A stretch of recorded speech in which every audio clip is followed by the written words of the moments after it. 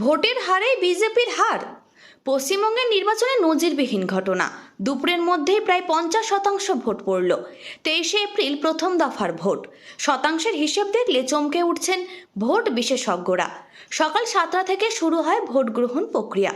9টার মধ্যেই ভোটের হার চমকে যাওয়ার মতো। মাত্র 2 ঘন্টায় 18.76%, অর্থাৎ প্রায় 19% ভোট পড়েছে। 11টার হিসাব বলছে ভোটদানের হার প্রায় 41.11%। সময় যত বাড়ছে ততই বাড়ছে ভোটদানের হার। কিন্তু এই ভোটের হার বৃদ্ধিতে কার লাভ হচ্ছে? জয়ী হওয়ার পথে কোন দল এগোচ্ছে? তৃণমূল নাকি বিজেপি? বাম কংগ্রেসই বা কতটা দাগ কাটতে পারছে? 2024 সালে লোকসভা নির্বাচনে রাজ্যে 7 দফায় ভোট হয়েছিল। প্রতি দফায় পশ্চিমবঙ্গে সকাল 11টা পর্যন্ত ভোট পড়েছিল 28 থেকে 32%। শতাংশের হিসেবে চলতি বিধানসভা নির্বাচনে ভোটদানের হার বাড়ল 8 থেকে 10%, যার পর থেকে হিসেব কষতে শুরু করেছেন রাজনৈতিক দলগুলি। বিশ্লেষকদের একাংশের ধারণা, ভোটের হার বৃদ্ধি আসলে বিজেপির চিন্তার কারণ হতে পারে। কারণ এসআইআর পরবর্তী সময় গোটা রাজ্য জুড়েই একটি প্রচার চলেছে, এবারের ভোট আসলে যাদের ভোট নেই তাদের জন্য। 2026-এর নির্বাচন তৃণমূল বনাম বিজেপির ভোট নয়, বরং বাঙালি বনাম নির্বাচন কমিশনের ভোট।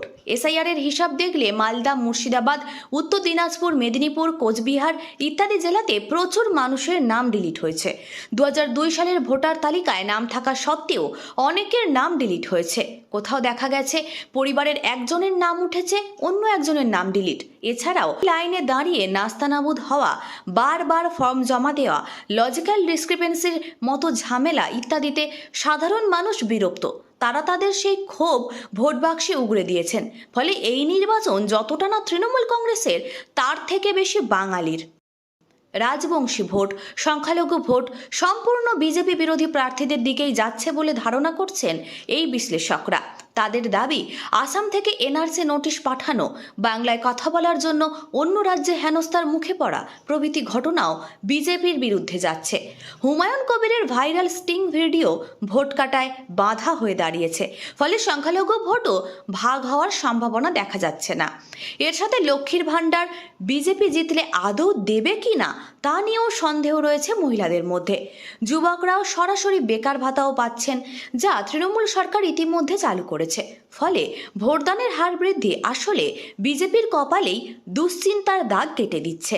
বিজেপি এসআইআরের মধ্যে দিয়ে প্রায় 1 কোটি ভোটারকে বাইরে রেখে ভোটে যেতে চেয়েছিল, কিন্তু বাস্তবে দেখা যাচ্ছে সাধারণ মানুষ বেশি করে ভোটের লাইনে দাঁড়িয়ে বিজেপির আশায় জল ঢেলে দিল।